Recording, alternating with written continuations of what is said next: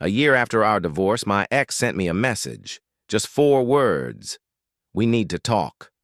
I didn't reply.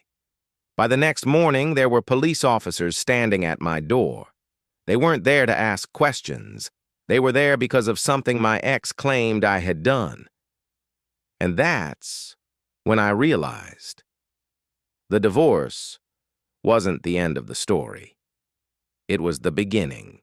The divorce had been final for a year. No calls, no texts, no shared friends. That was how I wanted it. My ex, Rachel, and I didn't end things loudly. No cheating, no screaming matches, just exhaustion.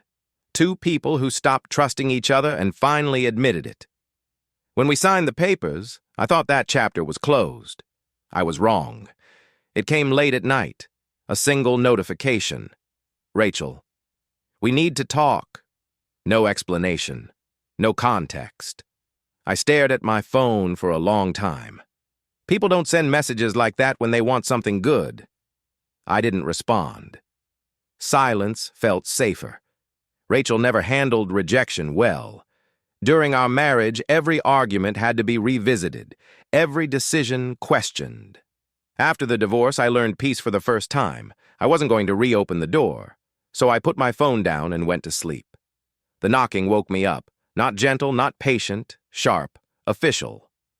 I checked the time, 6:12 a.m. I opened the door. 2 police officers stood outside. They asked my name. I nodded, and then they said something that made my stomach drop. "Sir," one of them said, "we need to ask you about a complaint filed against you last night." My mind raced. I hadn't spoken to Rachel. I hadn't seen her in a year. "What kind of complaint?" I asked. They didn't answer immediately. They looked at each other first. That's never a good sign. As they stepped inside my house, I finally understood something. Rachel didn't text me because she wanted to talk. She texted me because she wanted proof. And my silence was exactly what she needed. The officers asked me to sit down. One of them took out a small notebook. The other looked around my living room. They weren't aggressive, but they weren't friendly either.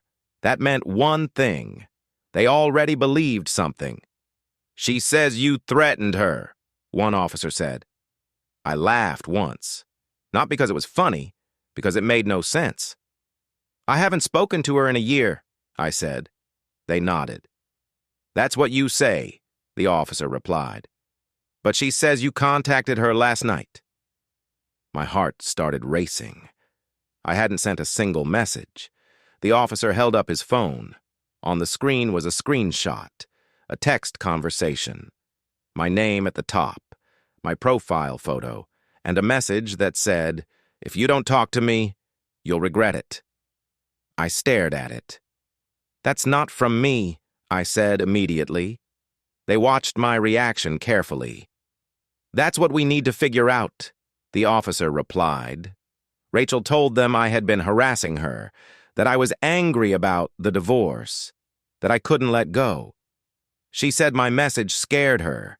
She said she feared for her safety. That was enough for them to show up.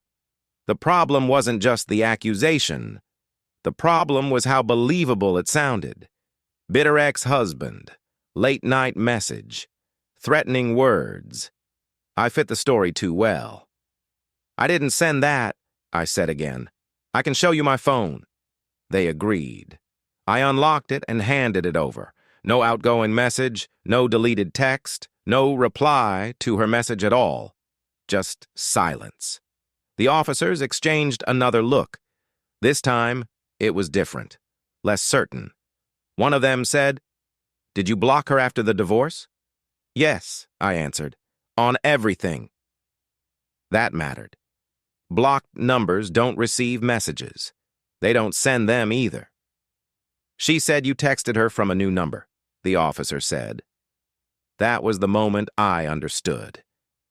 Rachel hadn't just lied. She had planned this.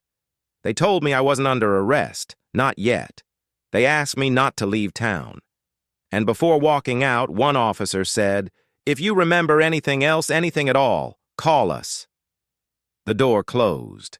I stood there alone, and I knew this wasn't over. Rachel didn't want a conversation.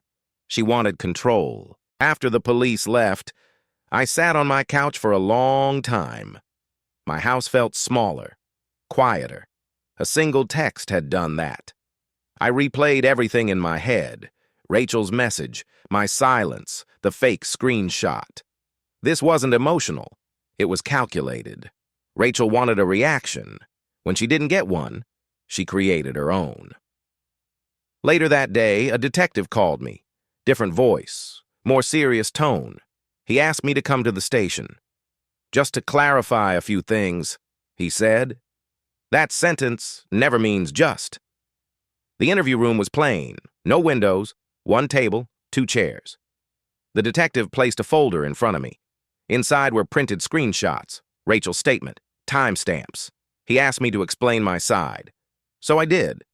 Slowly, clearly. No anger, no emotion. Facts don't need volume. The detective paused on the screenshot. This message was sent at 11:47 p.m., he said. I nodded. At that exact time, I replied, I was on a work call. I showed him my call logs. 43 minutes long, no breaks. The message couldn't have been sent from my phone. The detective leaned back. That helps, he said. He then showed me something Rachel hadn't mentioned.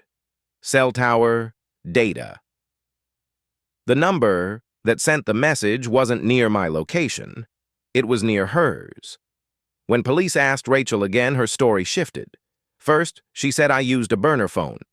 Then she said maybe someone helped me. Lies don't stay still. They move when pressure is applied. The detective looked at me and said, people usually do this when they want leverage. Leverage for what? I didn't know yet, but I was about to find out. That night, my phone rang. Unknown number. I answered. Rachel's voice came through, calm, too calm. We really do need to talk, she said. And that's when I understood. The police weren't the goal. They were the tool. I didn't answer Rachel right away. I stayed quiet and listened. Silence makes people reveal more than questions ever do. I didn't mean for it to go this far, she said. Her voice sounded tired now. Not angry, not scared. Just careful. I was just trying to get your attention. That sentence told me everything. Rachel admitted she created the fake message. She said she panicked when I didn't respond. I thought if the police talked to you, you'd finally have to talk to me, she said. I closed my eyes. She hadn't wanted justice. She wanted control. She finally said it. She was in trouble. Debt, legal fees, bad decisions. She needed money. And she thought fear would work faster than honesty.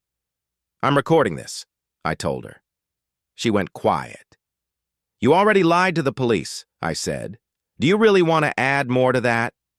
She started crying. Real crying this time, but I didn't feel anything. I saved the call, sent it to the detective, along with my phone records, my location data, everything. I didn't add commentary. Facts don't need emotion. 2 days later, the detective called again. This changes things, he said. Rachel's complaint was officially withdrawn. But that didn't erase what she'd done.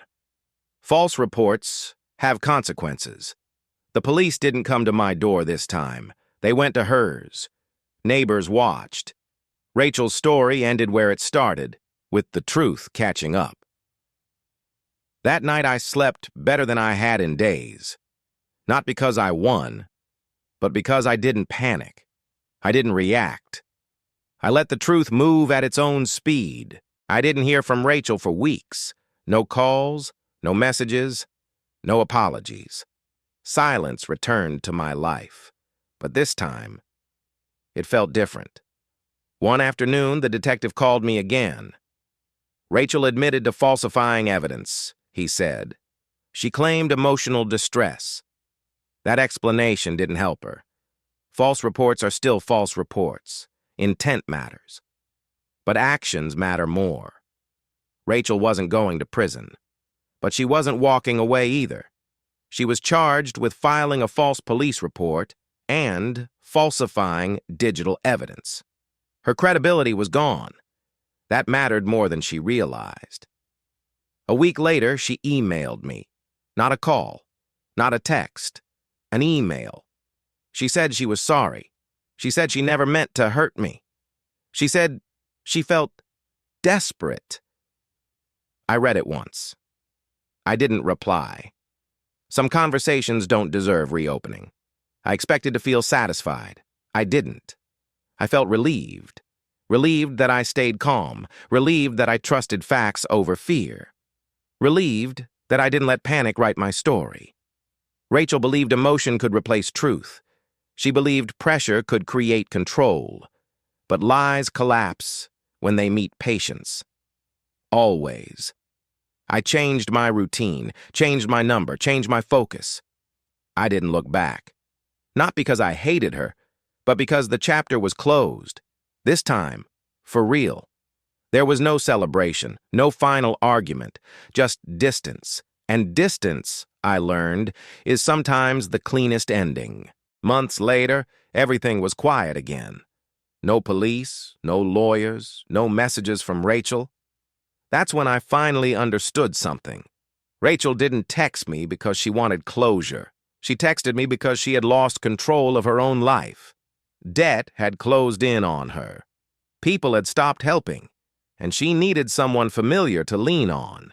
When I didn't respond, she panicked, so she tried fear instead.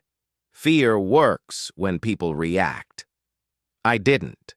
I stayed calm. I stayed quiet. I stayed honest. And that made all the difference. Her lie needed my response to survive. Without it, it collapsed. The last update I ever received was indirect.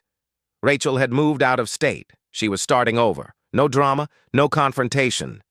Just distance. I learned that some people don't want conversation. They want leverage. I learned that silence isn't weakness. It's protection. And I learned that the truth doesn't need defending. It only needs time. I sleep well now. No fear of knocks at the door, no anxiety over messages, just peace. The kind that only comes when you don't let someone else write your story. The divorce didn't end our story. Patience did. Sometimes the most powerful response is not replying at all.